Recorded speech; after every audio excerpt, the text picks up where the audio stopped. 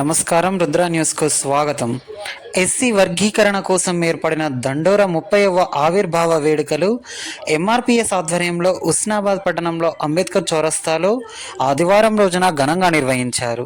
MRPS Husnabad నియోజకవర్గ incharge మాట్ల వెంకటస్వామి ముఖ్య అతిథిగా హాజరై దండోరా జెండాను ఆవిష్కరించారు.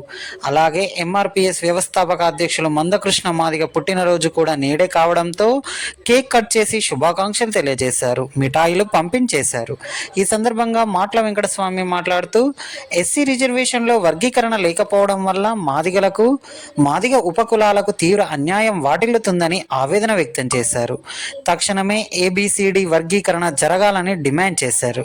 ఈ కార్యక్రమంలో మండల ఇన్ఛార్జ్ కొలుగురి అశోక్, ఎంఈఎఫ్ బాధ్యులు ముక్కెర సంపత్ కుమార్, నాయకులు గడిపే కొమరయ్య, తాళపల్లి మధుకర్, నక్క సునీల్, జన్ను రవి, పొన్నాల వినోద్ కుమార్, గడిపే ఆనందం, నేర్నాల రవి, ఎర్రవెల్లి తిరుపతి, నేర్నాల శ్రీను, శంకర్ తదితరులు పాల్గొన్నారు.